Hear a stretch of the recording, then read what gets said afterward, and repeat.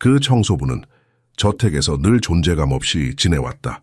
하지만 그날 아침 재벌은 그녀의 팔에 화장으로 가려진 멍 자국을 발견했다. 걱정이 된 그는 그녀를 돕기로 결심했고 그 후 알게 된 진실은 가슴이 미어질 만큼 슬펐다.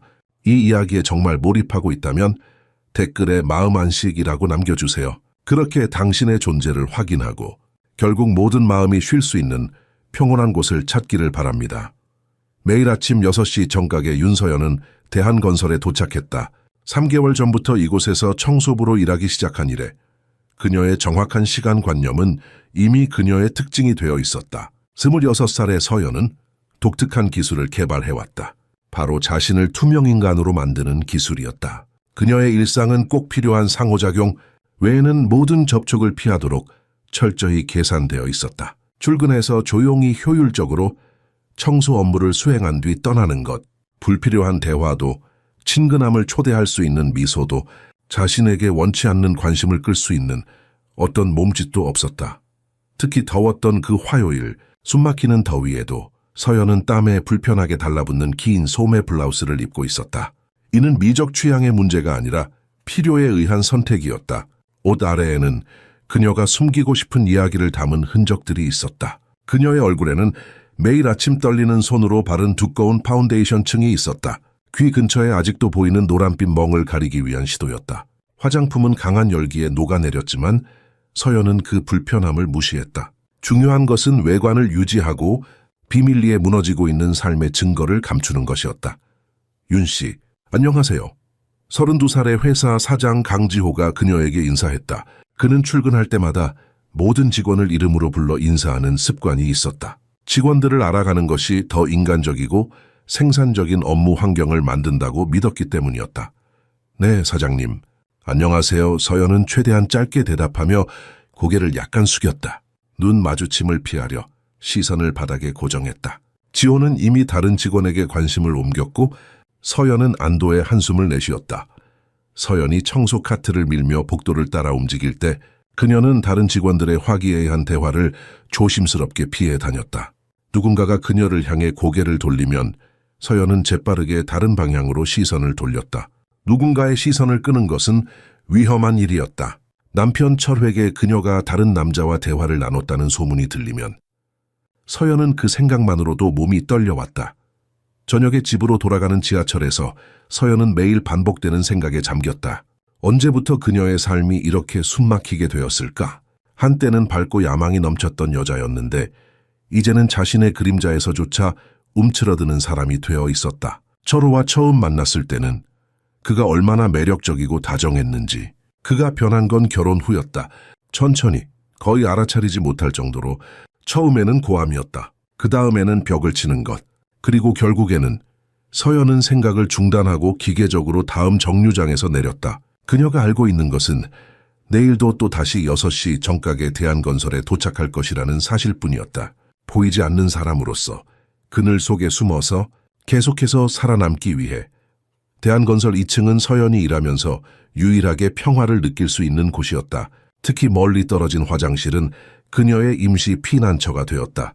여기서는 호기심 어린 시선에 끊임없는 부담 없이 숨을 쉴 수 있었다. 서연은 바닥을 기계적인 힘으로 문지르며 청소에 집중했고 그동안 그녀의 마음은 숨막히는 현실에서 벗어나 어디든 떠돌아다녔다.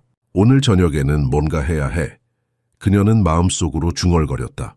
철호 오빠가 술을 마시지 않았으면 바람이 무의미하다는 것을 알면서도 서연은 매일 같은 희망을 품었다. 더러운 물이 담긴 양동이는 복도 한가운데 전략적으로 놓여 있었다. 그러나 서연이 무거운 청소용품 병을 들고 나가면서 실수로 만든 함정임을 깨닫지 못했다. 그녀의 생각은 너무 멀리 달아나 있었다. 발이 양동이 가장자리에 부딪혔을 때 모든 것이 느린 동작으로 진행되는 듯했다. 균형이 즉시 무너지고 서연은 단단한 바닥에 옆으로 넘어졌다. 청소용품 병들은 여러 방향으로 날아가 빈 복도에 울려 퍼지는 소리와 함께 흩어졌다. 어깨의 통증은 날카로웠지만 서연은 이미 육체적 고통에 대한 높은 내성을 키웠다. 그녀가 너무도 친밀하게 알고 있는 다른 고통들에 비하면 이것은 사소한 것이었다. 서연은 젖은 바닥에 앉아 넘치려는 눈물을 참으려고 했다. 낙상 때문이 아니라 그녀가 혼자 짊어진 모든 것들이 축적된 무게 때문이었다. 그녀의 인생은 어떻게 이렇게 되었을까? 대학에서 호텔 경영을 공부했던 그녀는 한때 자신만의 작은 카페를 열겠다는 꿈이 있었다. 이제는 그 꿈이 너무 멀게만 느껴졌다. 강지호는 1층에서 소음을 듣고 즉시 계단을 올라 조사했다. 흩어진 청소 용품과 더러운 물에 둘러싸인 바닥에 서연이 앉아있는 것을 발견했다. 도움을 제공하기 위해 자동적인 친절함의 제스처로 손을 내밀었을 때 그는 이 조용한 직원에 대한 그의 인식을 완전히 바꿀 무언가를 목격했다. 괜찮으세요? 지호가 진심 어린 걱정으로 물었다.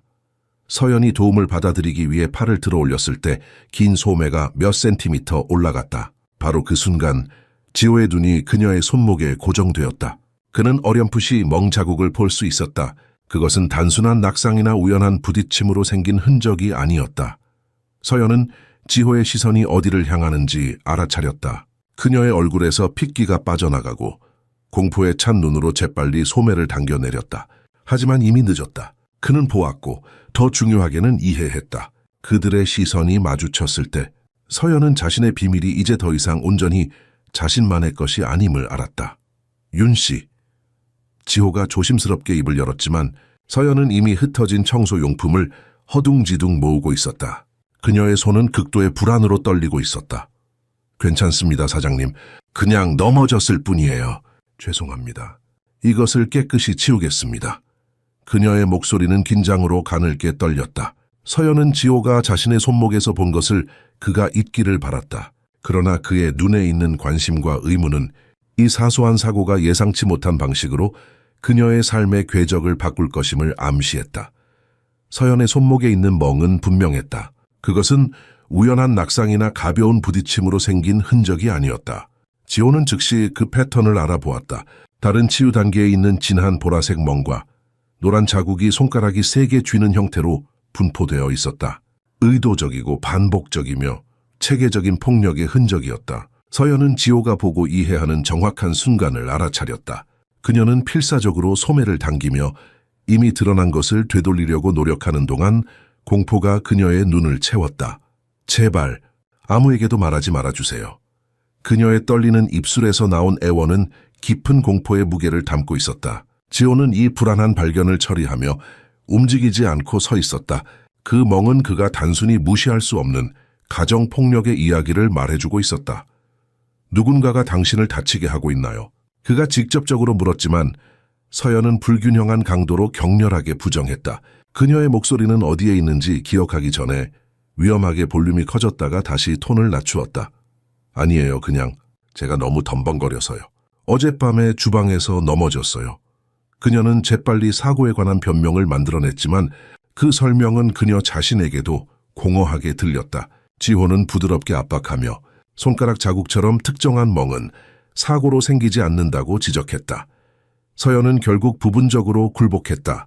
패배감에 눈을 감고 그녀는 남편 정철호에 대해 속삭였다. 철호 오빠는 본질적으로 나쁜 사람이 아니에요. 그녀는 말했다. 그냥 술을 마실 때 문제가 생기는 거예요. 얼마나 자주 술을 마시나요? 지호가 물었다. 서연은 잠시 망설였다. 거의 매일이요. 그녀가 마침내 인정했다. 이전에도 이런 일이 있었나요? 가끔. 얼마나 자주요? 서연은 입술을 깨물었다. 일주일. 몇 번? 지호는 충격을 숨기려고 노력했다. 왜 신고하지 않았어요? 서연의 눈에서 공포가 다시 번쩍였다. 모셰요. 그러면 더 심해질 거예요. 철호 오빠는 그냥 화가 날 뿐이에요. 제가 그를 화나게 하지 않으려고 노력하면 돼요. 지호는 이 말이 가정폭력 희생자의 전형적인 방어임을 알았다. 서연은 옹호하고 보호하고 변명할 수 없는 것을 합리화하려고 노력했다. 그러나 그녀의 말은 더 어두운 진실을 배신했을 때 그녀는 더 심한 일들이 이미 일어났다고 언급했다. 얼마나 더 심한 일들이요? 지호가 부드럽게 물었다. 서연이 그를 바라보았을 때 그녀의 눈에는 말 그대로 공포가 서려 있었다. 제발 그냥 잊어주세요. 이런 일은 없었던 거예요. 이야기할 수 없어요. 지호는 한숨을 쉬었다. 내 사무실에 와주시겠어요? 편하게 이야기할 수 있을 겁니다. 서연은 격렬하게 고개를 저었다. 안 돼요. 철호 오빠가 알게 되면 알게 될 리가 없잖아요. 아, 그가 항상 알아요. 그녀가 속삭였다. 지난번에 여자 동료와 점심을 같이 먹었을 때도 알았어요. 집에 왔을 때 그가 기다리고 있었어요. 그녀의 목소리가 점점 작아졌다. 지호는 이 상황이 생각했던 것보다 훨씬 더 심각하다는 것을 깨달았다. 강한 통제와 질투가 있었고 이는 거의 확실히 심각한 학대의 신호였다. 그는 이것을 그냥 지나칠 수 없었다. 윤 씨, 제가 도와드리고 싶습니다. 믿으셔도 됩니다. 서연은 비통한 웃음을 지었다. 이전에도 도움을 제안받은 적이 있었지만 그것은 항상 일시적이었다. 아무도 철호를 진정으로 이해하지 못했다. 아무도 그가 얼마나 위험할 수 있는지 이해하지 못했다. 사장님, 저를 도울 수 있는 사람은 아무도 없어요. 그녀가 말했다. 그리고 그녀는 갑자기 멈추고 말을 삼켰다. 그건 뭐요? 지호가 재촉했다. 아무것도 아니에요. 그녀는 서둘러 말했다. 제가 청소를 마쳐야 해요. 지호는 그녀가 거의 뭔가 중요한 것을 말하려고 했다는 것을 알았다. 그러나 지금은 그녀를 더 압박하지 않기로 결정했다. 그는 고개를 끄덕였다. 이해합니다. 하지만 제 제안은 유효합니다. 언제든 이야기할 준비가 되면 제 사무실 문은 항상 열려 있습니다. 서연은 그저 고개를 끄덕이고 흩어진 청소용품을 계속 모았다. 지호가 떠난 후 그녀는 무릎을 끌어안고 떨기 시작했다. 그녀의 비밀이 드러나기 시작했고 그것의 결과는 상상하기에도 너무 두려웠다. 지호는 서연이 무심코 내뱉은 특별히 불안한 문구를 듣고 등골이 오싹했다. 그것은 단지 저에게만 그런 게 아니에요. 그 말에 담긴 암시는 습한 복도에 무겁게 맴돌았고 지호는 완전히 처리하기도 힘든 불길한 의미를 담고 있었다. 그가 정확히 무슨 뜻인지 묻기도 전에 서연은 이미 바닥에 흩어진 청소용품을 필사적으로 모으고 있었고 그녀의 광란의 움직임은 그녀를 집어삼키고 있는 공포를 드러냈다. 그녀는 그에게 대화 전체를 잊어달라고 거듭 간청하며 그 주제에 대해 말할 수 없다고 반복했다. 그리고는 복도를 따라 거의 뛰다시피 도망쳐 지호를 응답 없는 질문들의 소용돌이와 함께 남겨두었다. 서연이 표면적으로 보이는 것보다 훨씬 더 큰 위험에 처해 있다는 불안한 확신도 함께였다. 그날 나머지 근무는 지회에게 불가능했다. 그의 마음은 계속해서 보라색 멍자국들, 다른 피해자들에 대한 그 수수께끼 같은 문구, 서연의 눈에 있는 진정한 공포로 되돌아갔다. 점심시간에 그는 멀리서 그녀를 조심스럽게 관찰했다. 서연은 항상 앉던 똑같은 고립된 벤치에 앉아 단순한 김밥을 기계적으로 씹고 있었다. 그러나 이제 지호는 이전에는 눈치채지 못했던 세부 사항들을 알아차렸다. 그녀가 마치 씹는 행위가 고통을 일으키는 것처럼 천천히 먹는 방식, 어떤 숨겨진 부상을 보호하듯 왼팔을 몸에 단단히 붙이고 있는 방식, 그녀의 눈이 끊임없이 움직이며 몇 분마다 주변 환경을 확인하는 방식, 항상 경계하고 항상 어떤 위협이 나타나기를 기다리는 것처럼. 지호는 김밥을 먹으며 생각에 빠졌다. 그녀는 PTSD 증상을 보이고 있어. 그는 전문가는 아니었지만 그녀의 행동은 계속되는 트라우마의 모든 징후를 보여주고 있었다. 그는 점심을 못 먹을 정도로 마음이 불편했다. 다른 피해자들이라는 그녀의 언급이 의미하는 바가 뭐였을까? 철호는 다른 사람들도 학대하고 있는 걸까? 가족 구성원? 아이들? 그 생각에 지호의 위장이 뒤틀렸다. 지호가 사무실로 돌아오는 길에 주차장에서 한 낯선 남자가 차 안에서 건물을 응시하고 있는 것을 알아차렸다. 그는 30대 중반으로 보였고 날카로운 눈과 긴장된 턱을 가지고 있었다. 지호가 지나가자 그 남자는 시선을 돌렸고 그들의 눈이 잠시 마주쳤다. 그 차가운 응시에는 지호의 등골을 서늘하게 만드는 무언가가 있었다. 오후가 진행됨에 따라 지호는 여러 번 창문으로 보았지만 그 차는 사라졌다. 혹시 그가 너무 편집증적이 되었나 의심했다. 하지만 서연의 상황에 대한 진실을 발견한 이후 그는 세상이 갑자기 더 위험하고 불확실한 장소처럼 느껴졌다. 오후 늦게 지호는 복사기 근처에서 서연을 마주쳤다. 그녀는 그를 보자마자 긴장했고 그는 빠르게 그녀를 안심시키려 했다. 아까 얘기한 거 아무한테도 안 했어요. 그가 조용히 말했다. 서연은 고개를 끄덕였지만 여전히 경계하고 있었다. 고맙습니다. 하지만 당신을 걱정해요. 서연은 주변을 빠르게 둘러보았다. 여기서 얘기하면 안 돼요. 그녀가 속삭였다. 혹시 당신을 감시하는 사람이 있나요? 이 질문에 서연의 얼굴이 창백해졌다. 어떻게 아셨어요? 그녀가 속삭였다. 주차장에서 한 남자를 봤어요. 차 안에서 건물을 바라보고 있었어요. 서연의 손이 떨기 시작했다. 키가 크고 검은 재킷을 입었나요? 지호가 고개를 끄덕이자 서연은 거의 숨을 멈췄다. 철호예요. 그녀가 겨우 들리게 말했다. 새 여기 있으면 안 되는데. 그가 여기 있으면 그건 그가 의심하고 있다는 거예요. 지호는 그녀의 어깨에 안심시키는 손을 올리려 했지만 그녀가 움찔하자 멈췄다. 제가 도와드릴게요. 그가 다시 제안했다. 서연은 슬픈 미소를 지었다. 사장님, 당신은 이해 못해요. 철호 오빠는 그녀는 말을 삼켰다. 그는 뭐요? 지호가 재촉했다. 서연은 깊게 숨을 들이쉬었다. 그냥 그를 자극하지 마세요. 저를 위해서요. 그녀는 지호가 대답하기도 전에 복사기에서 서류를 집어들고 황급히 떠났다. 업무 종료 시간에 지호는 창문으로 다시 보았다. 그 차가 돌아왔고 그 남자는 여전히 안에 앉아 있었다. 서연이 건물을 나오자 그녀는 주차장으로 향했다. 지호는 그녀가 그 차로 다가가는 것을 지켜봤다. 그녀의 몸짓 언어는 완전히 바뀌었다. 어깨는 구부정해졌고 고개는 숙여졌으며 그녀는 훨씬 작아 보였다. 그녀가 차에 타자 남자가 뭔가를 말했다. 서연은 고개를 저었고 남자는 손을 들어 올렸다. 서연은 움찔했다. 지호는 차가 빠르게 출발하는 것을 지켜보았다. 그날 저녁 그는 모든 것을 바꿀 결정을 내렸다. 지호는 대학 시절 친구인 도진에게 전화를 걸었다. 도진은 사설 탐정으로 일했다. 그는 윤서연이라는 직원과 특히 그녀의 남편 정철회에 대한 정보가 필요하다고 설명했다. 가능한 모든 것을 발견해달라고 요청하며 상황의 긴급성을 강조했다. 도진은 지호 목소리의 심각함을 감지하고 신속한 결과를 약속했다. 뭔가 심각한 일이야? 도진이 물었다. 지호는 한숨을 쉬었다. 그냥 직감이야. 이 여자가 위험에 처해 있어. 알겠어. 최대한 빨리 알아볼게. 일주일 후 그들은 도심의 조용한 카페에서 직접 만났다.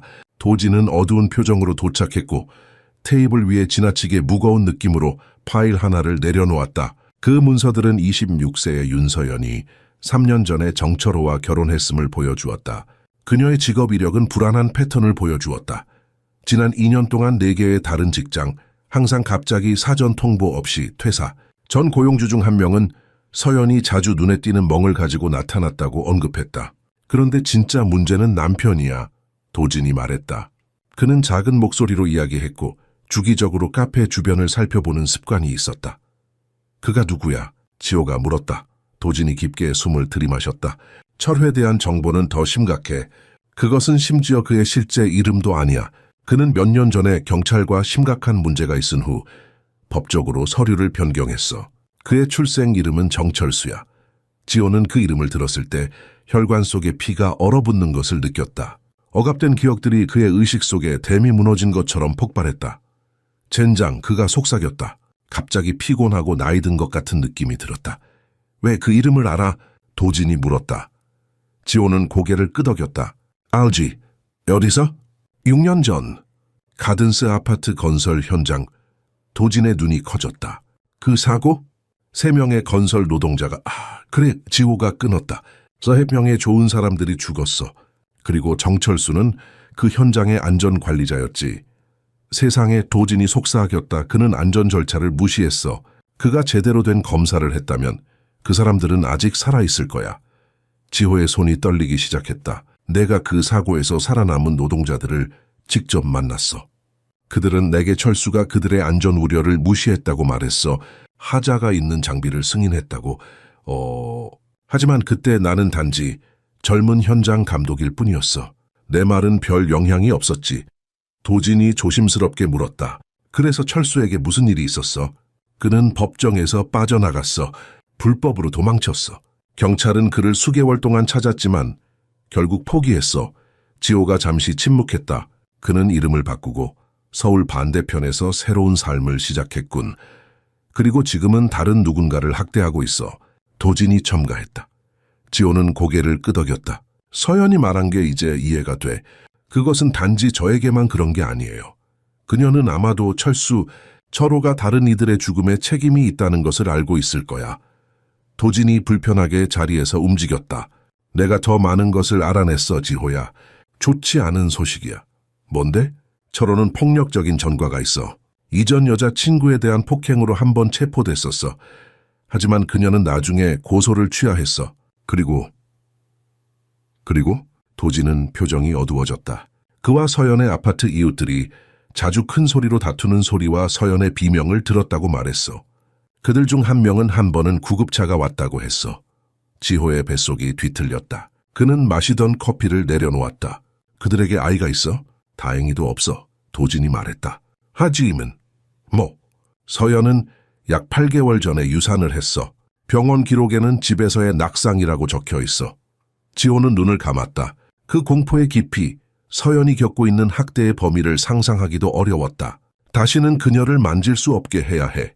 그가 마침내 말했다. 무슨 계획이 있어? 도진이 물었다. 지호는 창밖을 바라보았다. 그의 마음속에 계획이 형성되기 시작했다. 그것은 위험했고 어쩌면 무모할지도 모르지만 서연을 구할 유일한 방법이었다. 난 그에게 그가 가장 두려워하는 것을 줄 거야. 지호가 말했다. 정해. 도진은 친구의 눈에서 결단력을 보았다. 이것은 단순한 종업원 돕기 이상이었다. 지회계는 이것이 마무리 짓지 못한 일이었다. 조심해. 도진이 경고했다. 할 사람은 위험해. 지호는 고개를 끄덕였다. 알아. 하지만 이젠 그를 두려워하지 않아. 그들이 카페를 나설 때 지호는 그의 인생이 영원히 변할 것임을 알았다. 하지만 처음으로 그는 그것이 옳은 방향으로 변화하고 있다고 느꼈다. 지호는 정철호가 일하는 곳을 확인하기 위해 도진이 제공한 정보를 검토했다. 철호는 현재 성진운송이라는 작은 물류회사에서 관리자로 일하고 있었다. 지호는 미소를 지었다. 그것은 완벽했다. 대한건설은 정기적으로 건축자재를 운송하기 위해 물류회사들과 계약했다. 그것은 그에게 자연스러운 접근 방법을 제공했다. 다음 날 지호는 정장을 입고 성진운송 사무실을 방문했다. 그의 가슴은 긴장으로 두근거렸지만 그의 얼굴은 전문적인 침착함을 유지했다. 접수 데스크에서 그는 자신을 대한건설의 대표로 소개하고 새로운 물류 파트너를 찾고 있다고 설명했다. 정철호 과장님과 이야기할 수 있을까요? 그가 물었다. 몇 분 후 지호는 자신이 6년 동안 찾고 있던 남자와 마주 앉게 되었다. 철호는 거의 알아볼 수 없었다. 그는 머리 스타일을 바꾸고 안경을 쓰고 있었다. 그러나 그 차가운 눈은 똑같았다. 지호는 그 눈이 자신을 알아볼까봐 마음이 조였다. 그러나 철호는 그저 직업적인 웃음을 지으며 악수를 청했다. 강지호입니다. 대한건설의 대표입니다. 지호가 말했다. 이름을 말할 때 철호의 반응을 주시했지만 아무 반응도 없었다. 정철호입니다. 뭘 도와드릴까요? 철호가 자신감 있게 대답했다. 그는 훨씬 더 세련되고 전문적으로 보였지만 지호는 그 외관 아래의 위험을 느낄 수 있었다. 지호는 현재 물류 계약이 끝나가고 있고 대한건설이 새로운 파트너를 탐색하고 있다고 설명했다. 그는 서류 가방에서 가짜 제안서를 꺼내 철회에게 건넸다. 회사를 둘러볼 수 있을까요? 지호가 물었다. 저희는 항상 직접 시설을 확인하고 운영을 이해하는 것을 선호합니다. 철호는 웃으며 동의했다. 물론이죠.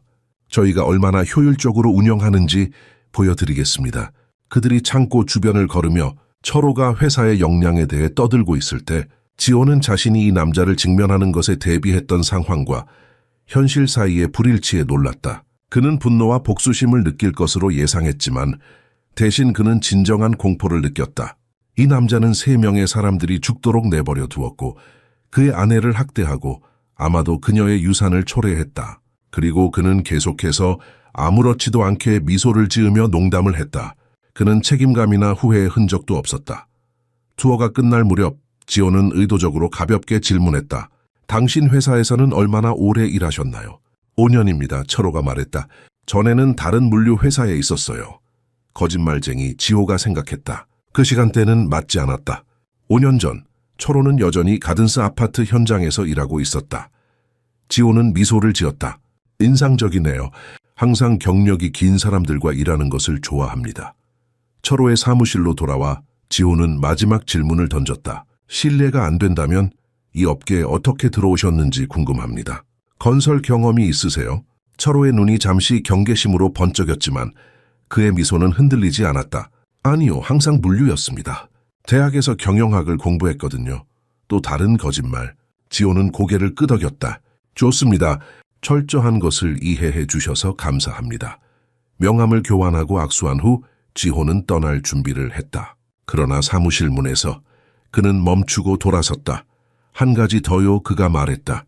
당신의 성함이 정철호라고 하셨죠? 네, 철호가 대답했다. 지호는 잠시 침묵했다. 제가 다른 정철호를 알고 있었거든요.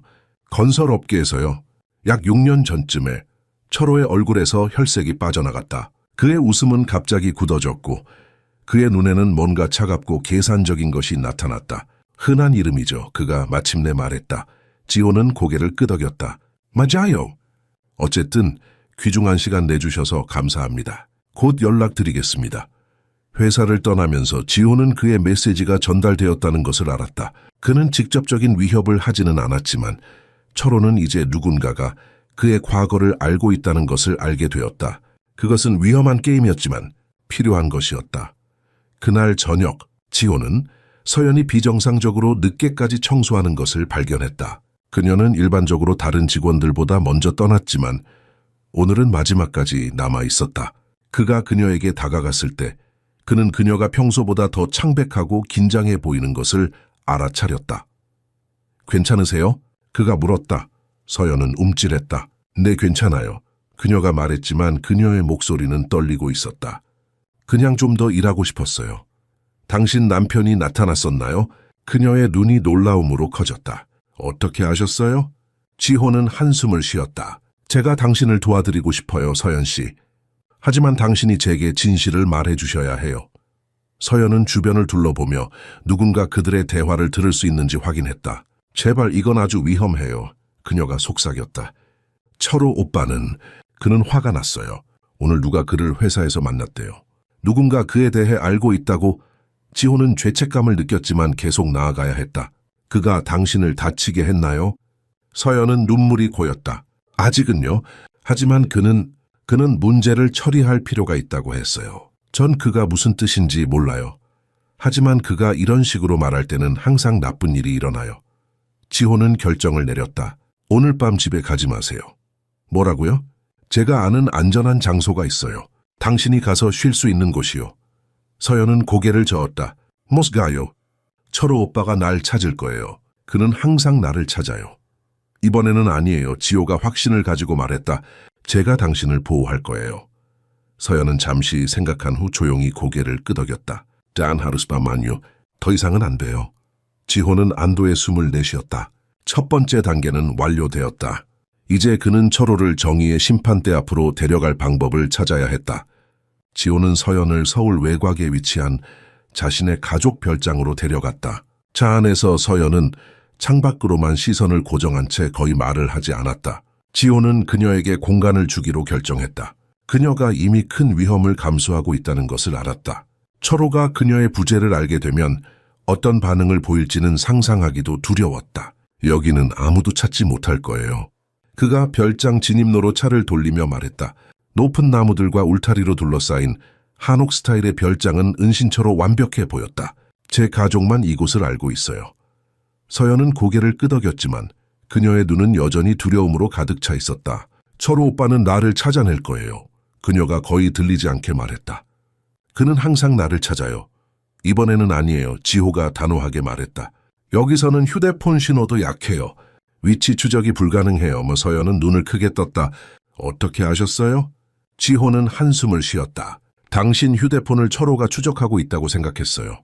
항상 그래요. 그녀가 인정했다. 내가 어디에 있는지 누구와 대화하는지 항상 알아요. 여기서는 그럴 수 없을 거예요. 지호는 휴대폰을 가리켰다. 배터리를 빼는 것이 좋겠어요. 별장 안으로 들어가자 서연은 깔끔하고 아늑한 공간을 조용히 살펴보았다. 전통적인 온돌 바닥과 현대적인 편의시설이 조화롭게 어우러져 있었다. 부엌에서 지호는 차를 끓였다. 당신이 안전하게 느낄 수 있도록 제가 최선을 다할게요. 그가 차를 건네며 말했다. 서연은 감사하게 받아들였지만 그녀의 눈에는 의심이 남아 있었다.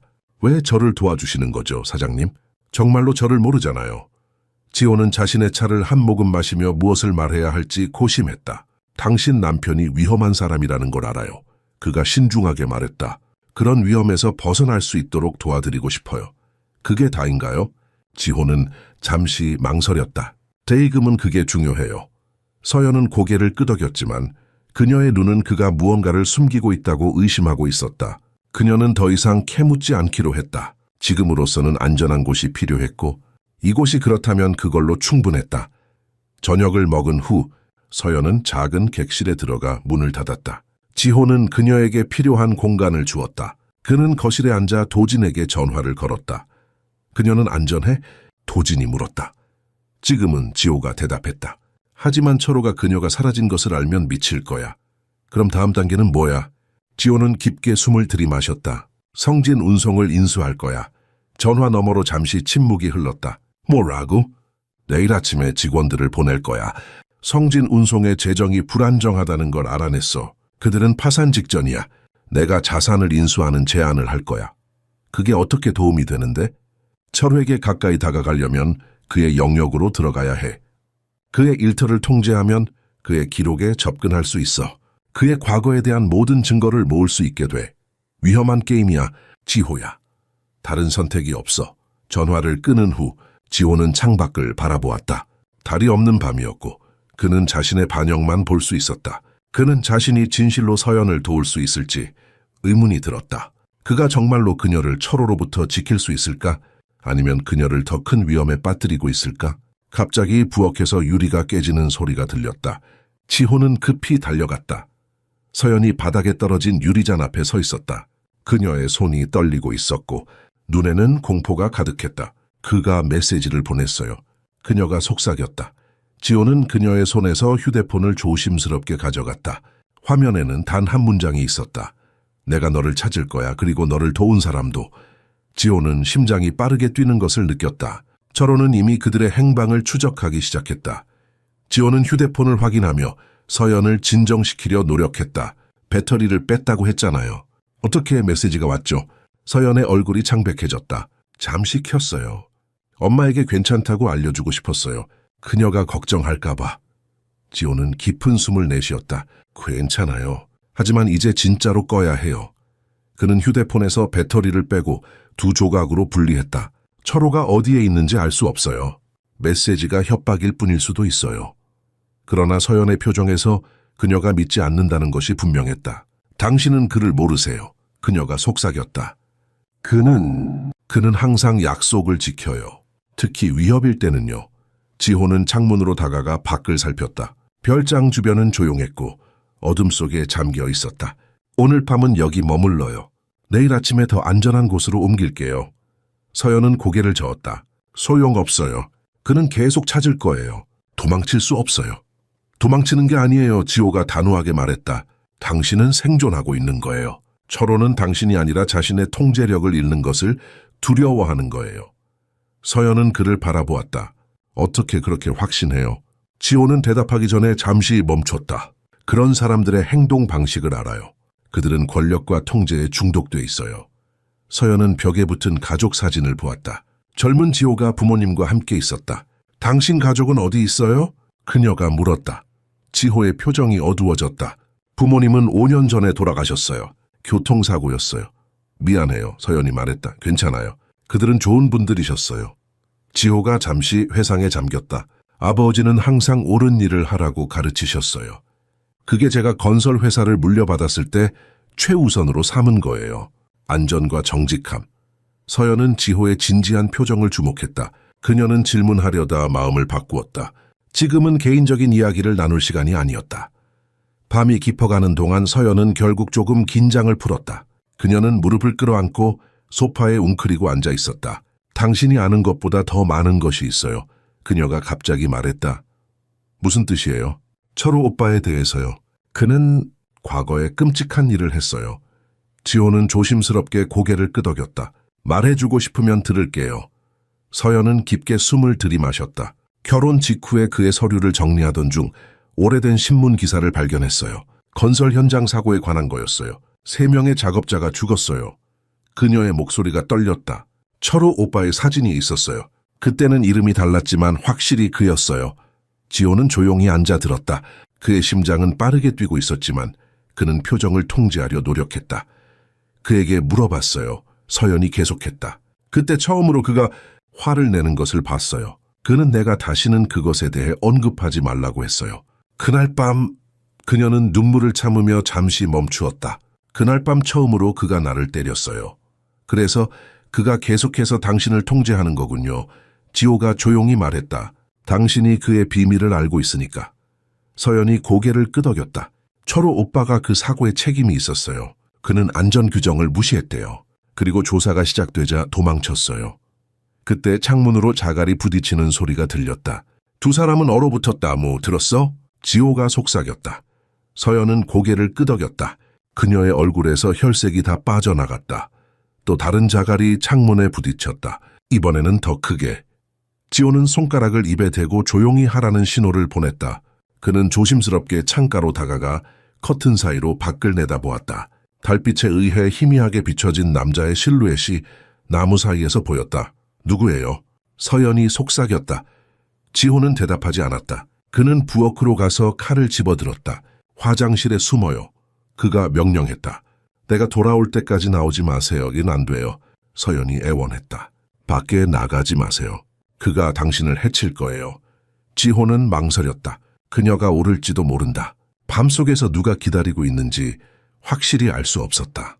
그가 결정을 내리기도 전에 현관문을 두드리는 소리가 들렸다. 여보세요? 강지호 씨? 낯선 목소리가 불렀다.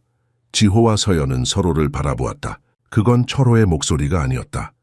지호는 서연에게 뒤쪽 방에 숨으라고 신호를 보낸 후 조심스럽게 현관문으로 다가갔다. 그는 여전히 부엌칼을 단단히 쥐고 있었다. 누구세요? 지호가 문을 통해 물었다. 박민혁입니다. 목소리가 대답했다. 도진형의 친구예요. 그가 저를 보냈어요. 지호는 여전히 의심스러웠다. 어떻게 증명할 수 있죠? 도진형이 메시지를 전해달래요. 아버지의 낚싯대를 기억하냐고요. 지호는 안도의 한숨을 내쉬었다. 그것은 그와 도진만 알고 있는 어린 시절 추억에 관한 암호였다. 그는 천천히 문을 열었다. 문 앞에 30대 초반으로 보이는 단단한 체격의 남자가 서 있었다. 그는 경찰처럼 보였다. 들어오세요. 지호가 말했다. 왜 오셨어요? 민혁은 들어오며 주변을 경계하듯 살폈다. 도진형이 당신들이 위험할 수 있다고 생각했어요. 그가 정철에 대해 더 조사해 봤는데 이 사람이 생각보다 훨씬 위험해요. 어떤 면에서요? 민혁은 책상에 파일 하나를 올려놓았다. 철호는 단순한 안전관리자가 아니었어요. 그는 건설회사의 지역폭력배였죠. 감독관들을 협박하고 노동자들을 위협했어요. 사람들이 그의 이름을 언급하는 것조차 두려워했죠. 서연이 조용히 방에서 나왔다. 그게 사실이에요. 그녀가 부드럽게 말했다.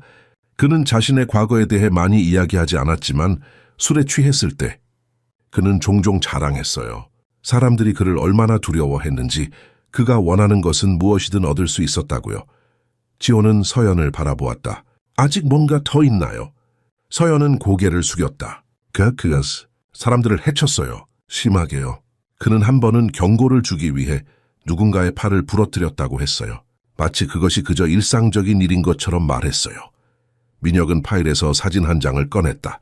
이 사람을 알아요. 서연은 사진을 보고 숨을 들이켰다. 아이진, 철호 오빠의 형이에요. 진호 오빠. 가끔 우리 집에 왔었어요. 진호는 조직폭력배 구성원이었어요. 민혁이 설명했다. 그가 철호를 건설업계에 들여보냈죠. 두 사람은 함께 노동자 착취와 건설자재 빼돌리기 사업을 운영했어요. 지호는 분노로 주먹을 꽉 쥐었다. 가든스 아파트 현장이 그런 식으로 운영되고 있었군요. 그래서 안전 규정이 무시되었던 거고. 민혁이 고개를 끄덕였다. 하의 극대화를 위해서요. 그리고 이제 철호가 그의 예전 동료들을 다시 불러 모으고 있어요. 무슨 뜻이에요? 서연이 물었다. 두려움이 그녀의 목소리에 배어 있었다.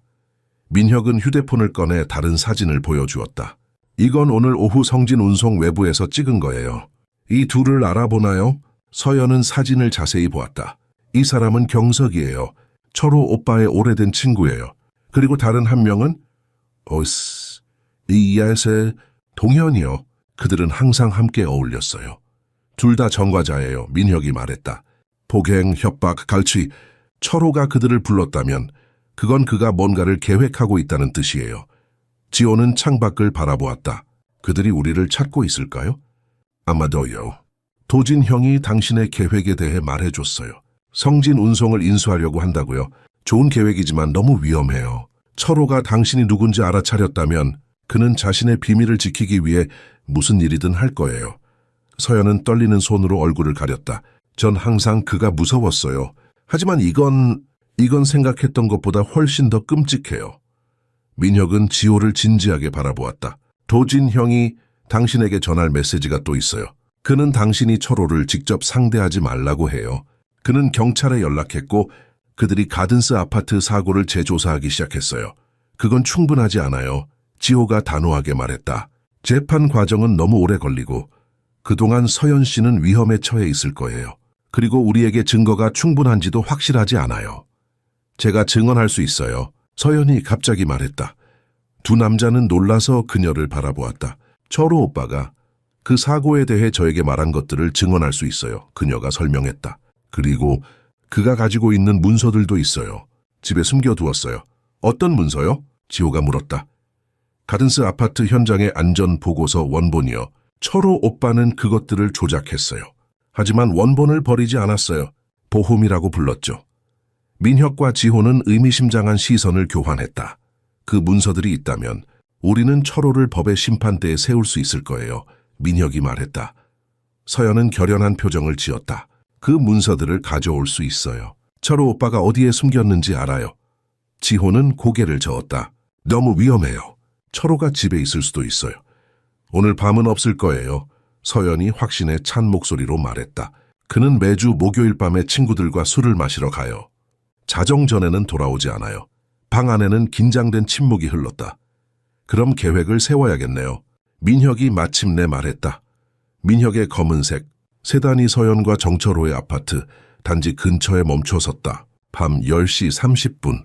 모든 계산에 따르면 철호는 지금 친구들과 술을 마시는 중이어야 했다. 그들은 20분 동안 건물을 감시했고 그의 모습은 보이지 않았다. 진심으로 이걸 해야 하나요? 지호가 뒷좌석에서 서연을 바라보며 물었다. 다른 방법이 있을 거예요. 서연은 결연한 표정으로 고개를 저었다. 그녀의 눈에는 전에 없던 결단력이 보였다. 전 6년간 두려움 속에서 살았어요. 더 이상은 못 참아요. 그리고 이건 단지 저에 관한 것이 아니에요.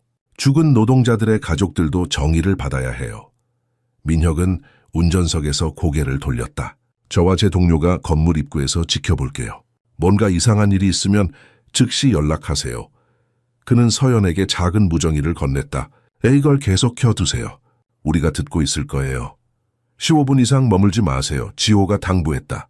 필요한 것만 빠르게 가져오세요. 서연은 깊게 숨을 들이마셨다. 처음으로 그녀는 자신의 운명을 스스로 통제하고 있다고 느꼈다. 이제 가볼게요. 그녀가 차에서 내리자 익숙한 아파트 단지의 모습이 눈에 들어왔다. 한때는 그녀의 집이었던 이곳이 이제는 얼마나 낯설게 느껴지는지 그녀는 잠시 멈춰섰다. 지난 몇 년간의 공포와 고통이 이 벽들 안에 갇혀 있었다. 그러나 이제는 끝낼 시간이었다. 아파트 로비로 들어서며 그녀는 경비원 박 아저씨와 눈을 마주쳤다. 노인의 눈이 놀라움으로 커졌다. 윤 씨, 그가 작은 소리로 말했다. 괜찮아요? 남편분이 당신을 찾고 있었어요. 많이 화가 나 보였어요. 서연은 억지 웃음을 지었다. 네, 괜찮아요. 친구 집에 있었어요. 휴대폰이 고장났거든요. 이 변명이 얼마나 약해 보이는지 그녀는 알았지만 지금은 중요하지 않았다. 조심하세요. 경비원이 걱정스럽게 말했다. No, we've had to test your party this year. 정 씨가 평소보다 더 이상해 보였어요. 서연은 고개를 끄덕였다. 박 아저씨가 항상 그녀에게 친절했다는 것을 알고 있었다. 그는 아마도 철호가 그녀에게 무슨 짓을 하는지 의심했을 것이다. 하지만 많은 사람들처럼 그도 관여하는 것을 두려워했다. 엘리베이터를 타고 7층으로 올라가면서 서연의 심장은 점점 더 세게 뛰기 시작했다. 그녀의 손은 땀으로 미끄러웠고 숨쉬기가 어려워졌다. 그녀는 자신에게 호흡하라고 상기시켰다. 이건 그저 짧은 방문일 뿐이다. 들어가서 문서를 가져오고 나온다. 아파트 문 앞에 서서 그녀는 마지막으로 주변을 살폈다. 복도는 비어 있었다. 그녀는 조용히 열쇠를 넣고 돌렸다. 문이 열리자 어둠과 익숙한 냄새가 그녀를 맞이했다. 철호의 담배 냄새와 오래된 소주 냄새. 그녀는 스위치를 켜지 않고 휴대폰 손전등만 사용하기로 결정했다. 이웃들이 그녀가 돌아온 것을 알 필요는 없었다. 거실을 지나 침실로 향하면서 서연은 무정의를 확인했다. 안에 들어왔어요. 지금까지는 괜찮아요. 네, 알겠습니다. 민혁의 목소리가 작게 들려왔다.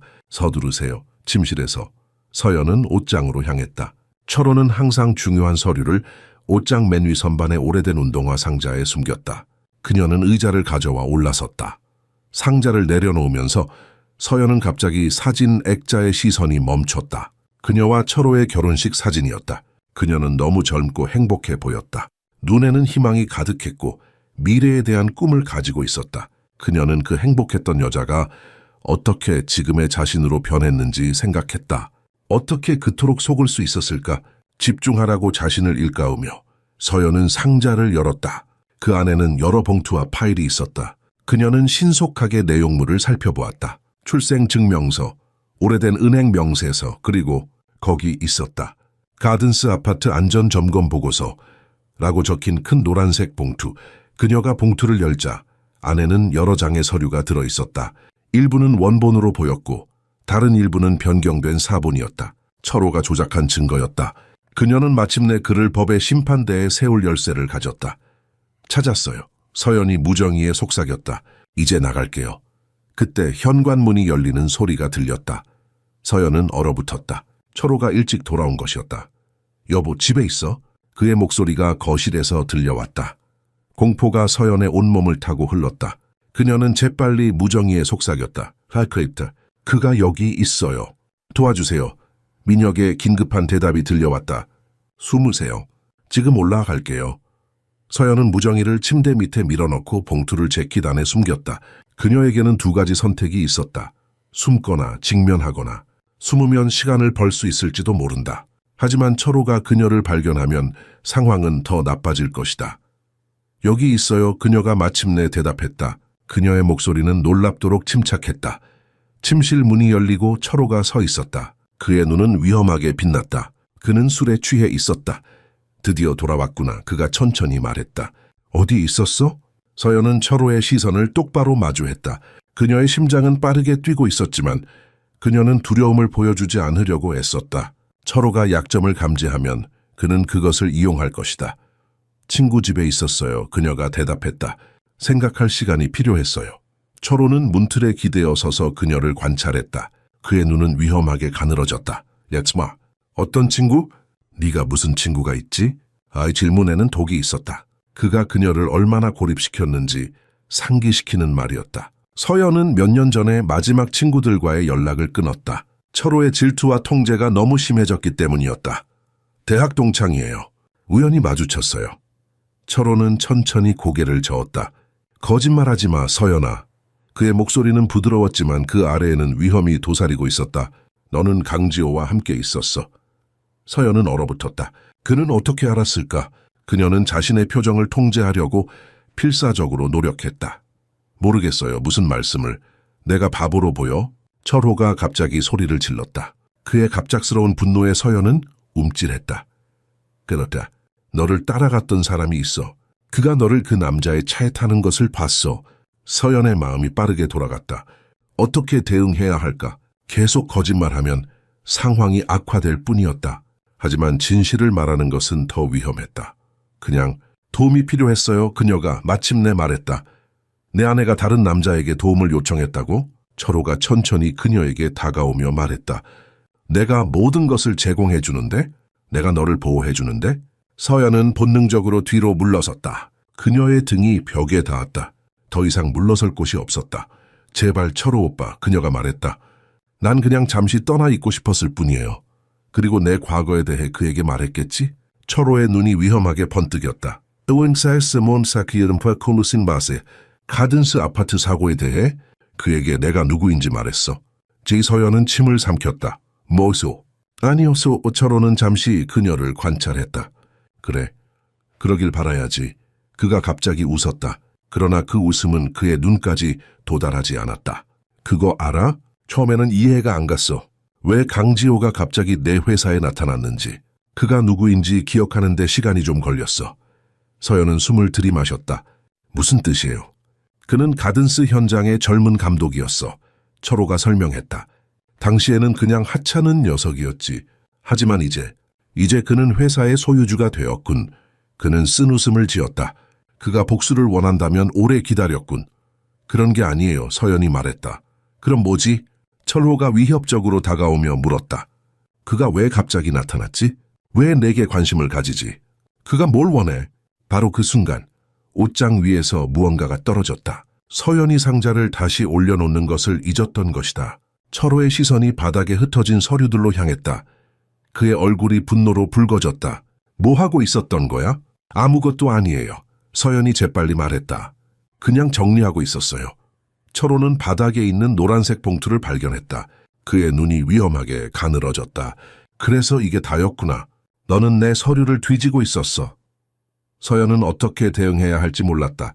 그녀의 재킷 안에 여전히 중요한 문서들이 있었다. 철호가 발견하면 모든 것이 끝날 것이다. 내가 항상 너를 의심했어. 철호가 계속했다. 네가 그 서류들을 찾아볼까 봐. 하지만 네가 감히 그것들을 가져가려고 할 줄은 몰랐어. 그는 갑자기 그녀의 재킷을 잡아당겼다. 안쪽 주머니에서 접힌 문서들이 바닥으로 떨어졌다. 철호의 눈이 분노로 불타올랐다. 배신자의 서연은 더 이상 두려워하지 않기로 결심했다. 그녀는 똑바로 서서 그를 마주 보았다. 여태 그 노동자들은 당신 때문에 죽었어요. 당신은 그들의 안전을 무시했어요. 그들의 가족들은 정의를 받을 자격이 있어요. 정의? 철호가 비웃었다. 세상에 정의 같은 건 없어. 힘만 있을 뿐이지. 그는 그녀의 목을 향해 손을 뻗었다. 그리고 이제 넌 내게 반항한 대가를 치를 거야. 서연은 그의 손을 피하려고 했지만 철호가 그녀의 팔을 붙잡았다. 그녀는 고통으로 비명을 질렀다. 아무도 널 도와주지 않을 거야. 그가 속삭였다. 항상 그래왔듯이. 바로 그때 아파트 문이 강하게 열리는 소리가 들렸다. 서연 씨, 지호의 목소리가 들렸다. 어디 있어요? 철호가 놀라 잠시 움직임을 멈추었다. 서연은 이 기회를 이용해 그의 소나기에서 벗어났다. 그녀는 문으로 뛰어갔다. 여기요? 그녀가 소리쳤다.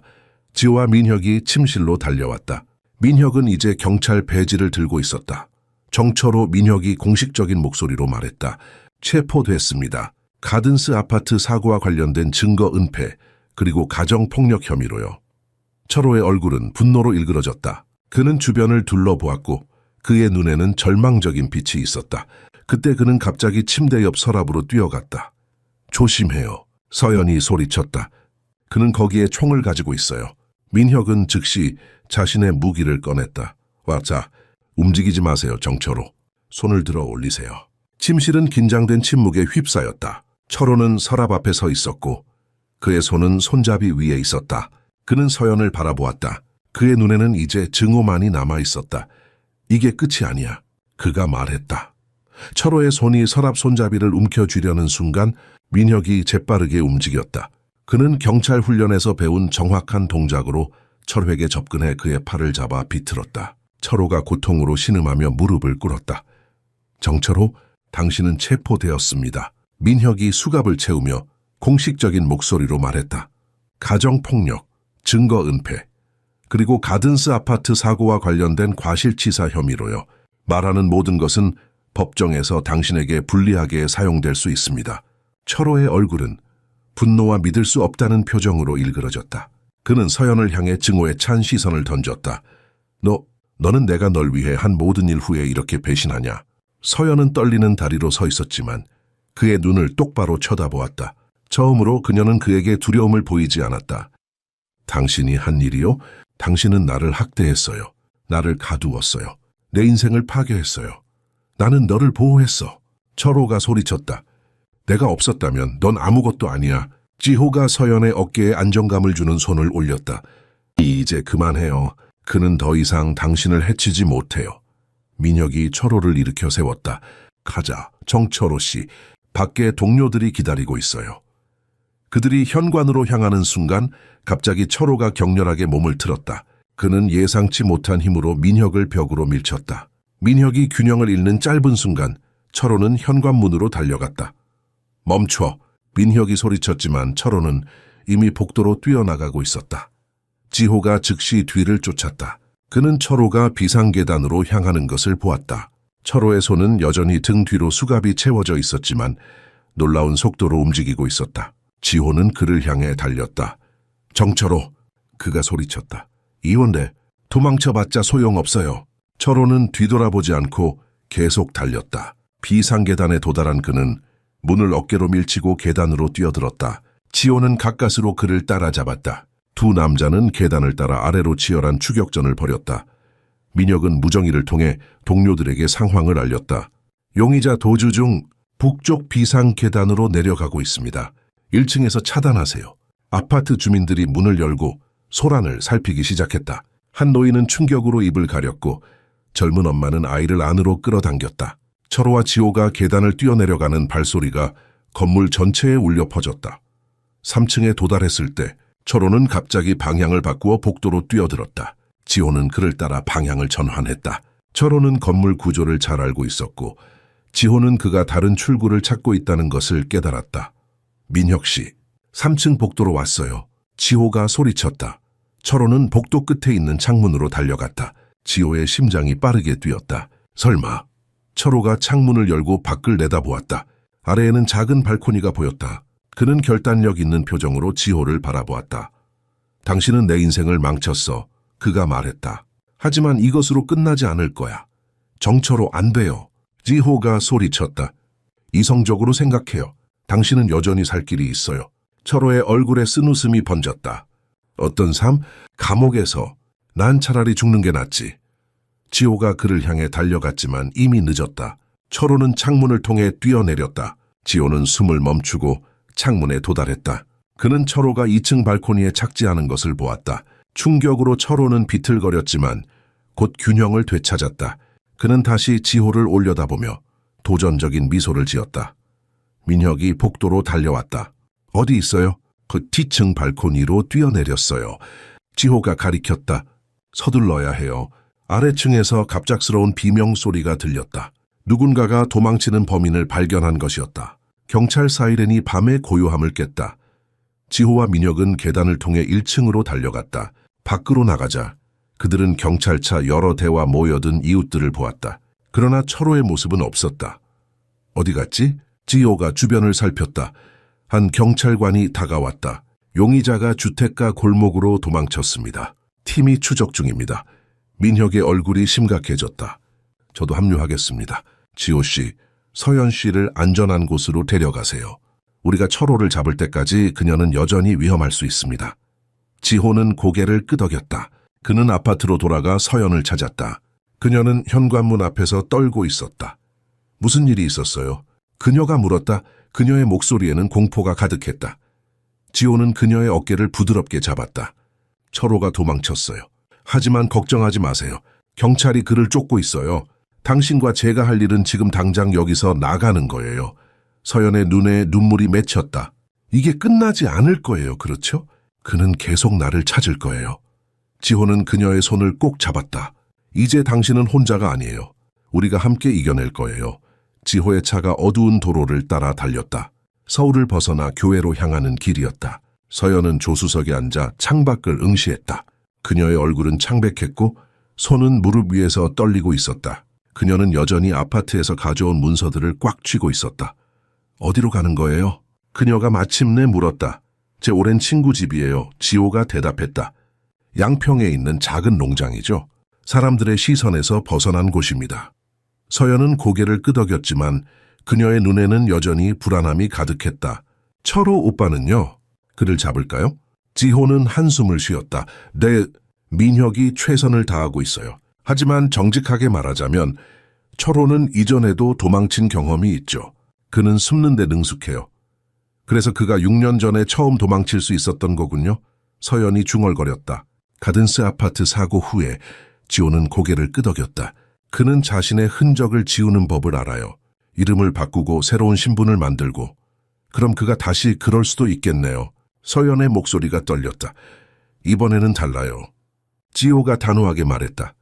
이번에는 우리가 그를 막을 증거를 가지고 있어요.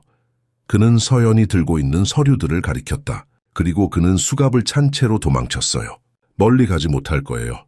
서연은 아무 말도 하지 않았다. 그녀의 마음속에는 여전히 의심이 남아 있었다. 철호는 항상 빠져나갈 방법을 찾았다. 항상 마차가 어두운 시골길로 접어들었다. 가로등이 점점 더 드물어졌고 주변은 어둠에 잠겨 있었다. 서연은 불안하게 주변을 살폈다. 곧 도착해요. 지호가 그녀를 안심시켰다. 이곳은 안전해요. 아무도 우리를 찾지 못할 거예요. 그들은 마침내 작은 농장 입구에 도착했다. 돌담으로 둘러싸인 전통적인 한옥이 달빛 아래 고요하게 서 있었다. 지호가 차를 멈추자 현관문이 열리고 나이든 남자가 나왔다. 박 선생님, 지호가 차에서 내리며 인사했다. 늦은 시간에 죄송합니다. 박 선생은 70대로 보이는 백발의 노인이었다. 그는 따뜻한 미소로 그들을 맞이했다. 이행신우 콤보돔, 베키 피어머세스. 괜찮네, 지호야. 전화 받았을 때 바로 방을 준비해 놓았네. 서연이 조심스럽게 차에서 내렸다. 그녀는 낯선 환경에서 불안해하는 모습이었다. 서연 씨, 이분은 박정호 선생님이세요. 제 아버지의 오랜 친구이자 제 은사님입니다. 지호가 소개했다. 이곳은 완전히 안전해요. 박 선생님은 제가 가장 신뢰하는 분이세요. 박 선생은 서연을 향해 공손하게 고개를 숙였다. 들어오게, 젊은이. 따뜻한 차와 음식이 준비되어 있네. 그들은 조용한 한옥 안으로 들어갔다. 내부는 전통적인 요소와 현대적인 편의시설이 조화롭게 어우러져 있었다. 따뜻한 온돌 바닥이 차가운 밤 공기에 지친 그들의 발을 녹여주었다.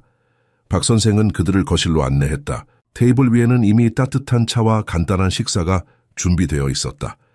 먼저 뭔가 드시게 박 선생이 권했다. 그러고 나서 이야기하면 되네. 서연은 조심스럽게 차를 한 모금 마셨다. 그것은 달콤하고 향기로웠다. 그녀는 마지막으로 제대로 된 식사를 한 것이 언제인지 기억조차 나지 않았다. 철호가 돌아오지 않을까 하는 두려움 때문에 며칠 동안 제대로 먹지 못했다.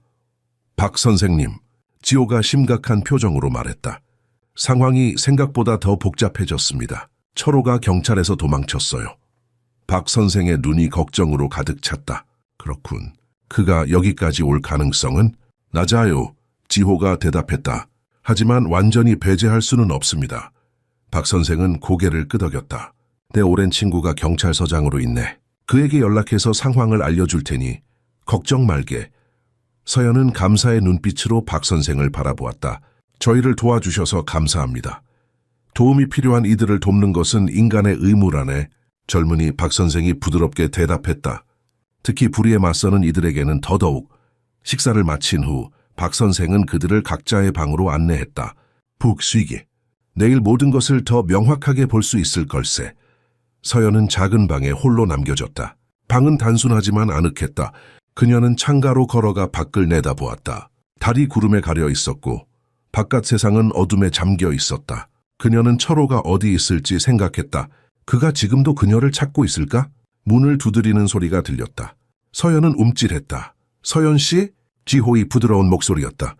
괜찮으세요? 그녀는 심호흡을 하고 문을 열었다. 지호는 걱정스러운 표정으로 그녀를 바라보고 있었다. 이제 어떻게 되는 거죠? 그녀가 물었다. 그녀의 목소리에는 피로와 불안이 섞여 있었다. 지호는 잠시 생각했다. 내일 아침에 민혁에게 전화할 거예요. 그리고 이 문서들을 검색에 전달할 겁니다. 이제 당신은 안전해요, 서연 씨. 약속해요. 서연은 끄덕였지만 그녀의 눈에는 아직도 의문이 가득했다. 그녀는 지호가 과거에 철호와 어떤 관계였는지, 왜 그토록 그를 잡으려 하는지 궁금했다. 하지만 지금은 그런 질문을 할 에너지가 없었다. 지금 그녀가 원하는 것은 단 하루만이라도 두려움 없이 잠드는 것이었다. 고마워요. 그녀가 마침내 말했다. 당신이 없었다면 저는 아직도... 지호는 부드럽게 그녀의 말을 막았다. 이제 그런 생각은 하지 마세요. 내일은 새로운 날이 될 거예요. 서연은 한밤중에 창문을 통해 들어오는 달빛에 잠에서 깼다. 그녀의 심장은 불안하게 뛰고 있었다. 꿈에서 철호가 그녀를 쫓고 있었다. 그의 손은 여전히 수갑이 채워져 있었지만 그것이 그를 막지는 못했다. 그녀는 이마에 맺힌 땀을 닦아냈다. 시계를 보니 새벽 3시였다. 그녀는 다시 잠들 수 없을 것임을 알았다. 조용히 일어나 창가로 걸어갔다. 농장은 달빛 아래 평화롭게 누워 있었다. 멀리서 개 짖는 소리만이 가끔 고요함을 깨뜨렸다. 서연은 이런 평화로운 순간이 얼마나 오래 지속될 수 있을지 의문이었다. 철호는 여전히 밖에 있었고 그녀는 그가 포기하지 않을 것임을 알고 있었다. 그는 그런 타입의 사람이 아니었다. 갑자기 그녀는 아래층에서 부스럭거리는 소리를 들었다. 그녀의 근육이 긴장했다. 집안에 누군가가 움직이고 있었다. 지호일까? 아니면 박 선생님? 아니면... 그녀는 그 생각을 떨쳐내려 했지만 공포가 그녀의 등골을 타고 올라왔다. 서연은 조용히 방문으로 다가갔다. 문을 살짝 열어 복도를 내다보았다. 어둠 속에서 그녀는 아래층으로 이어지는 계단을 볼 수 있었다. 소리는 계속되었다. 누군가가 부엌에 있었다. 그녀는 심호흡을 하고 침착하게 생각하려 했다. 아마도 박 선생님이 잠을 이루지 못해 차를 마시러 내려갔을 것이다. 하지만 그녀의 직감은 다른 말을 하고 있었다. 조심스럽게 그녀는 복도로 나와 계단을 향해 걸었다. 나무 바닥이 삐걱거리지 않도록 발끝으로 걸었다. 계단 꼭대기에 도달했을 때 그녀는 아래를 내려다 보았다.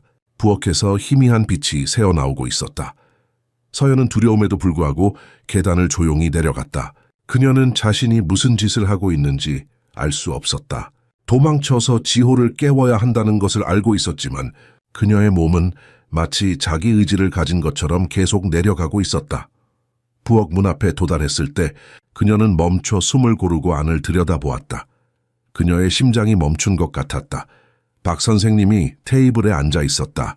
그리고 그 앞에는 철호가 서 있었다. 그의 손목에는 여전히 수갑이 채워져 있었지만 사슬이 끊어져 있었다. 그의 옷은 더럽고 찢어져 있었고 얼굴에는 상처가 있었다. 하지만 그의 눈은 여전히 위험하게 빛나고 있었다.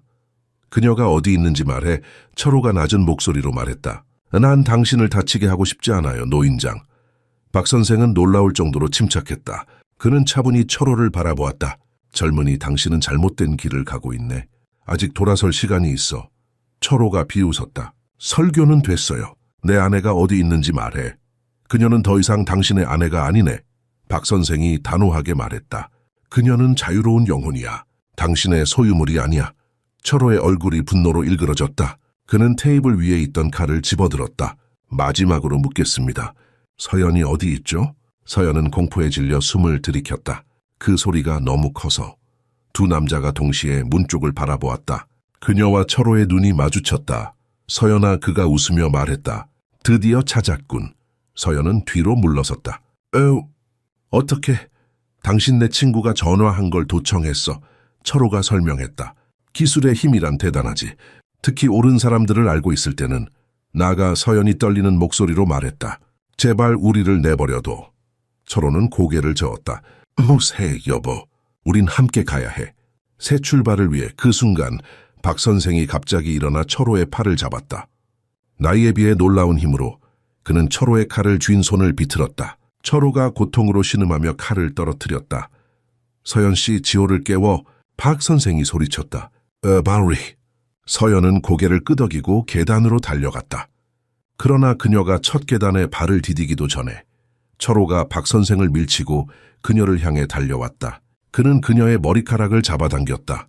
소리 지르지 마. 그가 그녀의 귀에 속삭였다. 조용히 나가자. 아니면 저 노인부터 시작해서 널 도운 모든 사람을 죽일 거야. 서연은 두려움으로 굳어졌다. 그녀는 철호가 허세를 부리는 것이 아님을 알았다. 그는 위험한 사람이었고 그의 협박은 결코 빈말이 아니었다. 알았어. 그녀가 마침내 말했다. 가샤, 제발 아무도 다치게 하지 마. 철호는 승리의 미소를 지었다. 그가 서연을 현관으로 끌고 가려는 순간 위층에서 소리가 들렸다. 서연 씨? 지호의 목소리였다. 괜찮아요? 철호의 얼굴이 분노로 일그러졌다. 그는 주머니에서 작은 칼을 꺼내 서연의 목에 댔다. 한마디도 하지 마. 그가 경고했다. 아니면. 서연은 눈을 감았다. 선택의 순간이었다. 그녀는 철호의 위협에 굴복하고 그와 함께 떠날 수도 있었다. 또 다른 악몽의 시작. 아니면 그녀는 눈을 떴다. 더 이상은 안 된다. 그녀는 깊게 숨을 들이마시고 온 힘을 다해 소리쳤다. 지호 씨, 철호가 여기 있어요. 조심해요. 서연의 외침이 집안에 울려 퍼졌다. 철호는 분노로 얼굴이 일그러졌고 그의 손에 든 칼이 서연의 목에 더 깊이 파고들었다. 그녀는 날카로운 통증을 느꼈지만 두려움보다는 이상하게도 평온함이 그녀를 감쌌다. 마침내 그녀는 철호에게 맞섰다. 무슨 일이 일어나든 그녀는 더 이상 침묵하지 않을 것이다. 이 바보 같은. 철호가 그녀의 귓가에 으르렁거렸다. 내가 널 얼마나 소중히 여겼는데 넌 날 배신했어. 계단에서 급한 발소리가 들렸고 지호가 거실로 뛰어들어왔다. 그는 서연과 철호를 보자마자 얼어붙었다.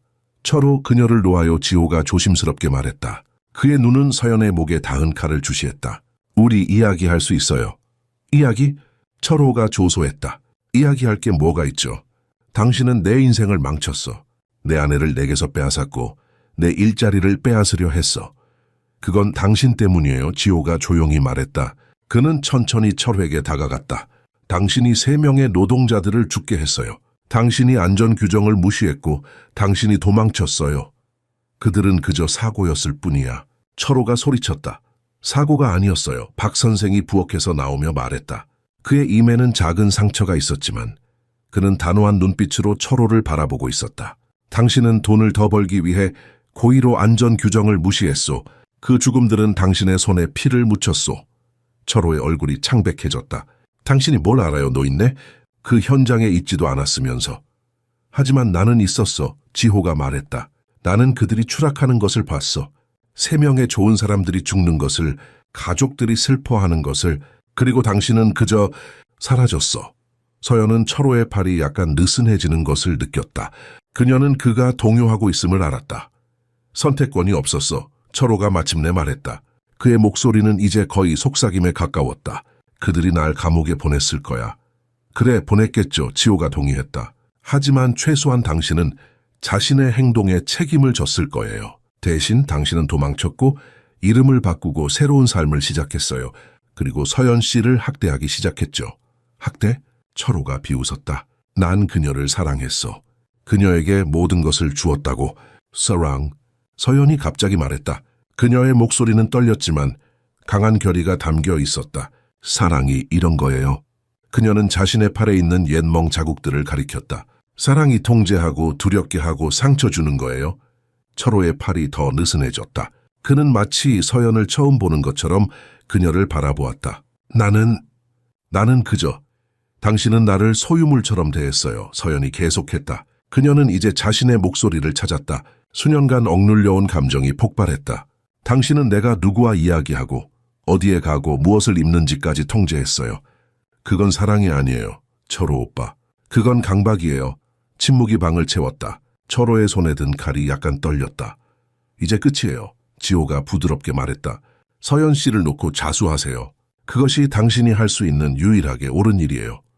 철호는 잠시 움직이지 않았다. 그의 얼굴에는 갈등이 가득했다. 그때 그는 서연을 천천히 놓기 시작했다. 칼이 그녀의 목에서 멀어졌다. 서연은 즉시 지호 쪽으로 뛰어갔다. 지호는 그녀를 보호하듯 팔로 감쌌다. 전 항상 좋은 사람이 되고 싶었어요. 철호가 갑자기 말했다. 그의 눈에는 눈물이 고여 있었다. 하지만 항상 뭔가가 내 안에서 잘못되어 있었어요. 난 통제할 수 없었어요. 도움을 받을 수 있어요. 지호가 말했다. 하지만 먼저 자수해야 해요. 철호는 손에 든 칼을 내려다 보았다. 서연은 그의 눈에 결단이 서는 것을 보았다. 그는 천천히 고개를 들어 그녀를 바라보았다. 미안해, 서연아, 그가 말했다. 내가 원래 아세요. 이건 사랑이 아니었어. 그 순간 밖에서 경찰 사이렌 소리가 들려왔다. 블루라이트가 창문을 통해 집 안으로 비쳤다. 박 선생님이 비상 버튼을 눌렀군요. 지호가 설명했다. 우리가 통화할 때 이야기했던 거예요. 철호의 어깨가 축 처졌다. 그는 마치 모든 생명력이 빠져나간 것처럼 보였다. 칼이 그의 손에서 미끄러져 바닥에 떨어졌다. 끝났군. 그가 중얼거렸다. 문이 갑자기 열리고 민혁과 여러 명의 경찰이 들어왔다. 그들은 재빨리 상황을 파악하고 철호에게 접근했다. 정철호, 당신은 체포되었습니다. 민혁이 공식적인 목소리로 말했다. 이번에는 도망치지 못할 겁니다. 경찰들이 철회계의 수갑을 채우는 동안 그는 한 번도 저항하지 않았다. 그는 그저 서연을 바라보았다. 그의 눈에는 이제 분노가 아닌 다른 감정이 서려 있었다. 후회, 슬픔, 서연은 확신할 수 없었다. 진실을 말할게. 철호가 갑자기 말했다. 가든스 아파트 사고에 대한 모든 것을 말할게. 그리고 다른 것들도. 민혁과 지호가 의미심장한 시선을 교환했다. 다른 것들이라니요? 민혁이 물었다. 철호는 깊게 숨을 들이마셨다. 당신들이 아직 모르는 일들이 있어요. 가든스 현장만이 아니었어요. 다른 사건들도 있었죠. 서연은 충격으로 입을 막았다. 그녀는 항상 철호의 과거에 더 많은 비밀이 있다고 의심했지만 이런 고백을 예상하지는 못했다. 모든 것을 기록할 겁니다. 민혁이 말했다. 서울로 가는 동안 당신의 진술을 들을 준비가 되어 있습니다. 경찰들이 철호를 밖으로 데려가는 동안 그는 마지막으로 서연을 향해 돌아보았다. 자유롭게 살아, 서연아, 그가 말했다. 난 늘 그걸 막았지. 미안해. 그리고 그는 밖으로 나갔다. 사이렌 소리가 점차 멀어지면서 서연은 마침내 숨을 내쉬었다. 그것은 마치 수년간 숨을 참고 있다가 마침내 산소를 들이마시는 것과 같았다. 지호는 조심스럽게 그녀의 어깨에 손을 올렸다. 다 끝났어요. 그가 말했다. 서연은 고개를 끄덕였지만 그녀의 마음은 복잡했다. 이것이 정말 끝일까? 아니면 또 다른 시작일까? 이제 어떻게 되는 거죠? 그녀가 물었다. 지호는 따뜻한 미소를 지었다. 이제 우리는 진실을 밝힐 거예요. 모든 진실을 빼 서울로 돌아온 지 일주일이 지났다. 서연은 지호가 마련해준 안전한 아파트에 머물고 있었다. 창밖으로 한강의 평화로운 정령이 펼쳐져 있었지만 그녀의 마음은 여전히 혼란스러웠다. 철호의 체포와 고백 이후 그녀의 삶은 소용돌이처럼 변해버렸다. 아침 햇살이 거실을 밝게 비추는 가운데 서연은 차를 마시며 생각에 잠겼다. 오늘은 검찰과 첫 미팅이 있는 날이었다. 그녀는 철회에 대한 모든 것을 증언해야 했다. 가정폭력, 가든스 아파트 사건에 대한 그의 고백, 그리고 그가 숨겨온 모든 비밀들. 초인종 소리가 그녀의 생각을 중단시켰다. 문을 열자 지호가 서 있었다. 그는 정장을 입고 있었고 그의 눈에는 결연한 의지가 보였다. 준비됐어요? 그가 물었다. 서연은 고개를 끄덕였지만 그녀의 얼굴에는 불안함이 역력했다. 네. 하지만 솔직히 무서워요. 법정에서 철호 오빠를 다시 마주해야 한다는 게. 지호는 이해하는 눈빛으로 그녀를 바라보았다. 당연해요. 네. 하지만 이번에는 혼자가 아니에요. 제가 함께 있을 거고 민혁 씨와 법률팀도 있어요. 그리고 무엇보다 당신은 이제 강해졌어요. 서연은 희미하게 웃었다. 맞다. 그녀는 더 이상 예전의 서연이 아니었다. 철호의 통제에서 벗어나 자신의 목소리를 찾은 서연이었다. 차를 타고 검찰청으로 향하는 동안 지호는 그녀에게 최근 소식을 전해주었다. 민혁 씨가 성진 운송에서 추가 증거를 확보했어요. 철호가 회사 자금을 불법적으로 전용한 흔적이 있었죠. 그리고 가든스 현장 사고 이전에도 여러 건설 현장에서 비슷한 안전규정 위반이 있었다고 해요. 그는 정말 그런 사람이었군요. 서연이 중얼거렸다. 제가 얼마나 몰랐는지. 당신 탓이 아니에요. 지호가 부드럽게 말했다. 철호는 속이는데 능숙했어요. 우리 모두를 속였죠. 검찰청에 도착하자 민혁이 입구에서 그들을 기다리고 있었다. 그는 공식적인 경찰 제복을 입고 있었고 그의 표정은 진지했다. 잘 왔어요. 그가 인사했다. 이쪽이 김태윤 검사님이세요. 오늘 우리 미팅을 주도하실 겁니다. 김 검사는 40대 초반으로 보이는 날카로운 눈을 가진 남성이었다. 그는 서연에게 공손하게 고개를 숙였다. 윤서연 씨, 오늘 와주셔서 감사합니다. 당신의 증언이 이 사건에 매우 중요합니다. 회의실로 들어가자 서연은 테이블 위에 펼쳐진 파일들을 보았다. 가든스 아파트 사고의 사진들, 철호의 과거 기록들, 그리고 그녀가 아파트에서 가져온 원본 문서들. 철호 씨, 아니 정철수 씨는 이미 많은 것을 고백했습니다. 김 검사가 설명했다. 가든스 아파트 사고에 대한 책임, 그의 역할, 도주 과정, 그리고 신분 변경까지요. 그러나 우리는 여전히 당신의 증언이 필요합니다. 서연은 심호흡을 했다. 제가 어떤 이야기를 해야 하나요? 당신이 알고 있는 모든 것을 말해주세요. 김 검사가 말했다.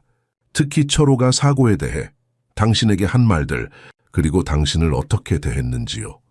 다음 2시간 동안 서연은 철호와의 결혼 생활을 상세히 털어놓았다. 그가 어떻게 처음에는 매력적이고 다정했는지, 결혼 후 어떻게 통제적이고 폭력적으로 변했는지, 그리고 어떻게 그녀가 가든스 아파트 사고에 대한 진실을 발견했는지, 그녀는 철호가 술에 취했을 때 그 사고에 대해 한 말들, 그의 책임을 인정한 방식, 그리고 그가 어떻게 그 일을 비웃었는지 모두 이야기했다. 그는 규정 따위는 시간과 돈 낭비일 뿐이라고 말했어요. 서연이 떨리는 목소리로 말했다. 그는 실제로 그 사람들의 죽음에 대해 죄책감을 느끼지 않았어요. 그저 자신이 잡히지 않은 것에 대해 자랑스러워했죠. 김 검사는 조용히 메모를 하며 고개를 끄덕였다. 이 증거는 매우 가치 있습니다, 윤 씨. 그리고 당신이 가져온 문서들은 결정적인 증거가 될 것입니다. 미팅이 끝날 무렵 김 검사는 그들에게 앞으로의 일정을 설명했다. 재판은 3주 후에 시작될 예정입니다. 그때까지 몇 번 더 만나 준비할 필요가 있을 겁니다. 윤 씨, 법정에서 증언하는 것은 쉽지 않을 거예요. 철호를 직접 마주해야 하니까요. 서연은 고개를 끄덕였다. 알고 있어요. 하지만 해낼 수 있어요. 회의실을 나오면서 지호는 서연의 어깨를 부드럽게 잡았다. 잘했어요. 매우 용감했어요. 서연은 미소를 지었다. 이제 막 시작이에요. 그렇죠? 네, 하지만 가장 어려운 부분은 지나갔어요. 밖으로 나오자 따스한 봄 햇살이 그들을 맞이했다. 서연은 잠시 멈춰 깊게 숨을 들이마셨다. 공기가 달랐다. 자유로웠다. 돌아가는 차 안에서 지호는 조용히 물었다. 이제 어떤 계획이 있으세요? 재판이 끝난 후에요. 이서연은 창밖을 바라보며 생각했다. 이 질문을 스스로에게 자주 했었다. 아직 확실하지 않아요. 하지만 아마도 공부를 다시 시작할 것 같아요. 대학에서 호텔 경영을 공부했거든요. 언젠가 작은 카페를 열고 싶었어요. 그거 좋은 생각이네요. 지호가 미소 지었다. 당신은 이제 무엇이든 할 수 있어요. 서연은 고개를 끄덕였다. 그랬다. 그녀는 이제 무엇이든 할 수 있었다. 철호의 그늘에서 벗어나 그녀는 마침내 자신의 인생을 살 수 있게 되었다. 아파트에 도착하자 지호는 그녀에게 내일 있을 또 다른 중요한 미팅에 대해 알려주었다. 내일은 가든스 아파트 사고, 희생자들의 가족분들을 만날 거예요. 그들은 당신을 만나고 싶어 해요. 서연은 놀라서 그를 바라보았다. 저를요? 왜죠? 그들은 당신이 진실을 밝히는 데 도움을 준 것에 감사하고 싶어 해요. 6년 동안 그들은 정의를 기다려왔어요. 당신 덕분에 그들은 마침내 그것을 얻게 될 거예요. 서연의 눈에 눈물이 고였다. 그녀의 고통이 끝난 것처럼 이제 그 가족들의 고통도 끝날 수 있을 것이다. 비록 그들의 사랑하는 이들을 돌아오게 할 수는 없지만 적어도 진실과 정의는 그들에게 약간의 위로가 될 것이다. 만나고 싶어요. 그녀가 말했다. 그들의 이야기를 듣고 싶어요. 지호는 따뜻한 미소를 지었다. 알았어요. 내일 아침에 올게요. 그가 떠난 후 서연은 베란다로 나가 한강을 내려다보았다. 강물은 끊임없이 흘러갔고 그 위로 석양이 붉게 물들고 있었다. 새로운 날, 새로운 시작. 처음으로 서연은 미래를 두려워하지 않았다. 오히려 그녀는 그것을 기다리고 있었다. 재판일이 밝았다. 서연은 법원 건물 앞에 서서 깊게 숨을 들이마셨다. 지난 2주 동안 그녀는 검찰 및 희생자 가족들과 여러 차례 만남을 가졌다. 그들의 이야기를 듣는 것은 고통스러웠지만 동시에 그녀에게 힘을 주었다. 특히 김영자 할머니, 김동수 노동자의 어머니와의 만남은 그녀에게 깊은 인상을 남겼다. 우리 아들은 단지 돈을 벌기 위해 그곳에 있었어요. 영자 할머니가 떨리는 손으로 아들의 사진을 보여주며 말했다. 그는 두 아이의 아버지였어요. 이제 그 아이들은 아버지 없이 자라야 해요. 지호가 법원 입구에서 서연을 기다리고 있었다. 그는 무게감 있는 남색 정장을 입고 있었고 그의 눈에는 결연한 의지가 보였다. 준비됐어요? 그가 부드럽게 물었다. 서연은 고개를 끄덕였다. 그녀는 단정한 회색 정장을 입고 있었고 머리는 단순하게 묶어 올렸다. 그녀의 표정은 차분했지만 내면에서는 복잡한 감정들이 소용돌이쳤다. 법정은 이미 사람들로 가득 차 있었다. 언론인들, 희생자 가족들, 법률 관계자들, 그리고 호기심 많은 방청객들까지. 서연이 들어서자 모든 시선이 그녀에게 향했다. 그녀는 흔들리지 않고 앞을 향해 걸었다. 증인석에 앉으면서 그녀는 처음으로 철호와 눈을 마주쳤다. 그는 피고인석에 앉아 있었다. 구치소 생활로 그는 훨씬 수척해 보였고 그의 눈에는 예전의 위협적인 빛이 사라져 있었다. 대신 그곳에는 깊은 패배감이 자리 잡고 있었다. 서연은 그를 바라보는 자신의 마음의 두려움이 아닌 이상하게도 평온함을 발견했다. 재판은 검사의 개요 설명으로 시작되었다. 김 검사는 철호의 범죄 행각을 상세히 설명했다. 가든스 아파트 현장에서의 안전규정 위반, 문서 조작, 증거인멸, 도주, 그리고 서연에 대한 지속적인 폭력까지. 피고인 정철수, 일명 정철호는 단순한 범죄자가 아닙니다. 김 검사가 배심원들을 향해 말했다. 그는 자신의 이익을 위해 3명의 무고한 생명을 희생시켰고 그 책임을 피하기 위해 6년간 도망쳤으며 그 과정에서 또 다른 피해자인 윤서연 씨에게 지속적인 폭력을 행사했습니다. 증언 시간이 되자 서연은 침착하게 모든 것을 이야기했다. 철호와의 만남, 결혼, 학대의 시작, 그리고 가든스 아파트 사고에 대한 그의 고백을 발견한 순간까지. 그녀의 목소리는 때로는 떨렸지만 그녀의 눈에는 확고한 결의가 보였다. 피고인은 술에 취했을 때 그 멍청한 노동자들이 안전모를 제대로 착용했어야 했다고 말했습니다. 서연이 증언했다. 그는 자신의 잘못을 인정하지 않았고 오히려 희생자들을 비난했습니다. 변호인의 반대 신문 동안 서연은 흔들리지 않았다. 그들은 그녀의 증언이 개인적인 원한에서 비롯된 것이라고 주장했지만 서연은 차분하게 대응했다.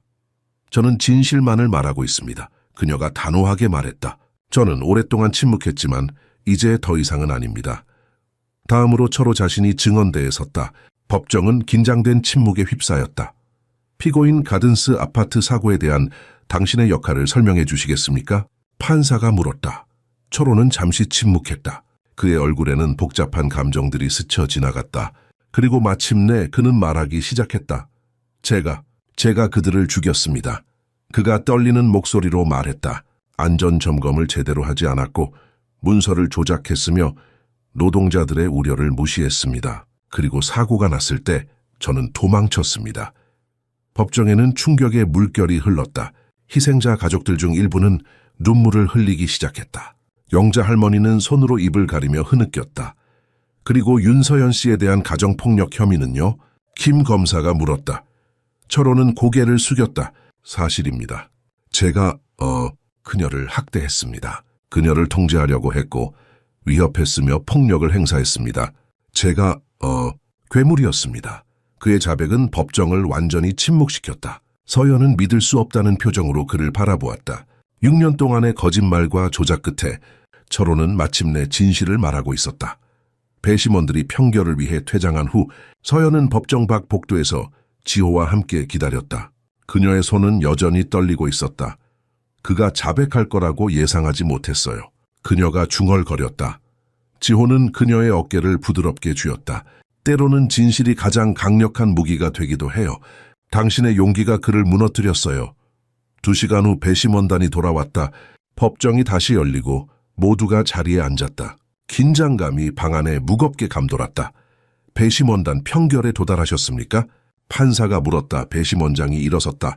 네, 그렇습니다, 판사님. 서연은 숨을 참고 기다렸다.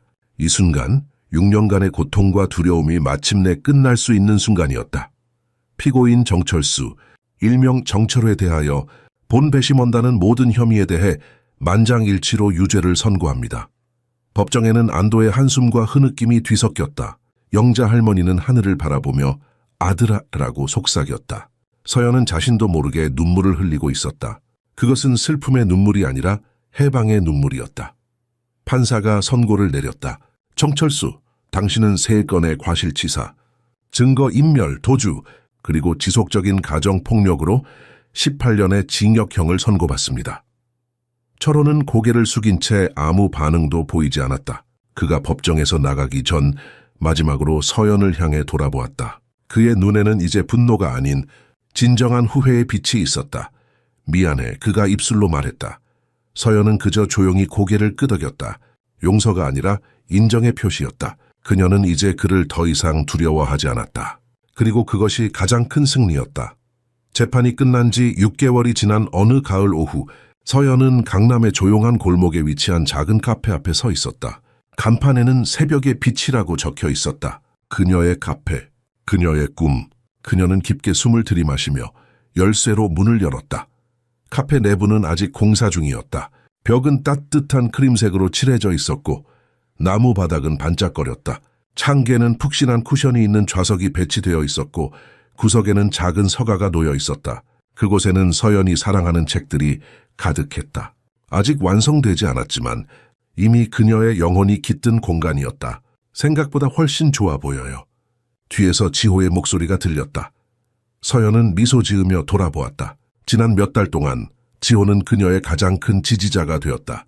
재판이 끝난 후 그들의 관계는 천천히 깊어졌다. 먼저는 친구로, 그리고 점차 그 이상으로. 아직 할 일이 많아요, 서연이 말했다. 커피 머신이 내일 도착하고 테이블과 의자도 주말에 배달될 거예요. 그리고 메뉴도 아직 완성해야 하고. 지호는 부드럽게 웃으며 그녀의 어깨를 잡았다. 천천히 해요. 당신은 이미 많은 것을 해냈어요. 그는 옳았다. 지난 6개월은 서연에게 변화와 성장의 시간이었다. 재판 후 그녀는 철호와 공식적으로 이혼했다. 그녀는 또한 대학원에 등록하여 사업 경영을 공부하기 시작했고 가든스 아파트, 희생자 가족들과 함께 안전한 미래 재단을 설립하여 산업재해 피해자들을 지원했다.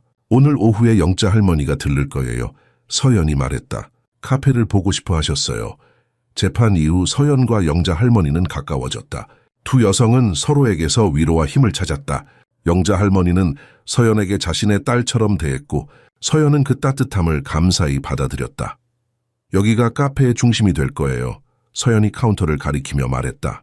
그리고 저쪽 구석에는 작은 무대를 만들 계획이에요. 주말에는 지역 음악가들이 공연할 수 있도록요.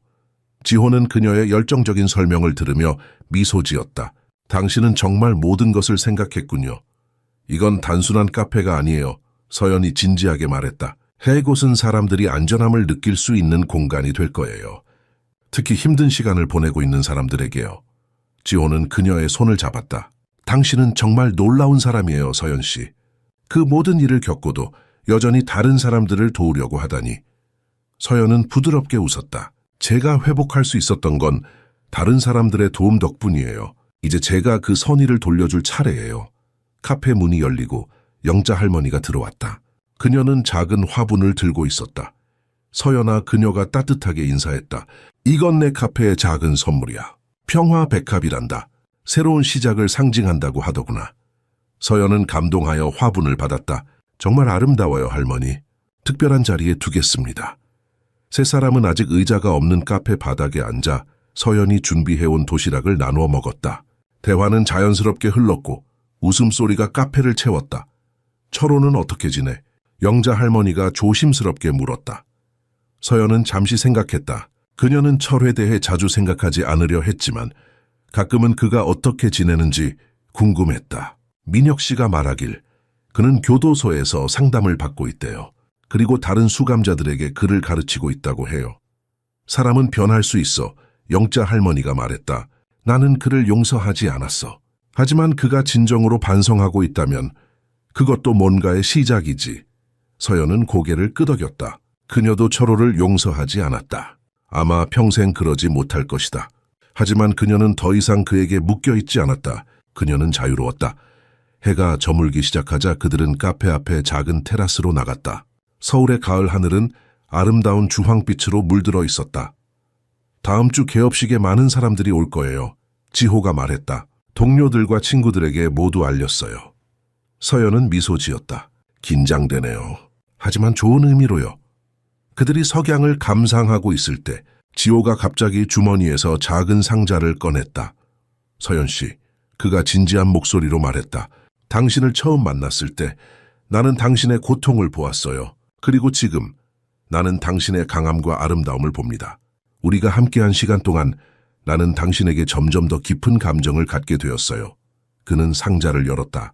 그 안에는 단순하지만 아름다운 은반지가 있었다. 이건 약혼 반지가 아니에요. 그가 서둘러 설명했다. 아직은요. 이건 약속이에요. 당신이 준비될 때까지 기다리겠다는, 당신의 속도를 존중하겠다는 약속이요. 서연은 감동으로 눈물이 고였다. 그녀는 지호의 진심을 느낄 수 있었다. 그와 함께한 시간은 그녀에게 치유와 희망을 가져다 주었다. 고마워요. 그녀가 속삭였다. 그의 약속을 받아들일게요. 그녀가 반지를 손가락에 끼우자 영자 할머니가 따뜻하게 미소 지었다. 사랑은 항상 가장 예상치 못한 순간에 찾아온단다. 서연은 지호의 손을 잡았다. 그녀의 인생은 생각지도 못한 방향으로 흘러왔다. 고통과 두려움에서 시작하여 이제는 희망과 가능성으로 가득 찬 미래를 향해 나아가고 있었다. 해가 완전히 지고 첫 별이 밤하늘에 빛나기 시작했다. 서연은 깊게 숨을 들이마셨다. 가을 공기는 신선하고 깨끗했다. 새로운 계절, 새로운 시작. 그녀는 더 이상 과거의 그림자 속에 살지 않았다. 이제 그녀는 자신만의 빛 속에서 걸어가고 있었다. 내일 우리는 커피 머신 설치하는 것부터 시작해요. 그녀가 결심에 찬 목소리로 말했다. 그리고 다음 주 월요일 새벽의 빛이 세상의 문을 열 거예요. 영자 할머니와 지호가 고개를 끄덕였다.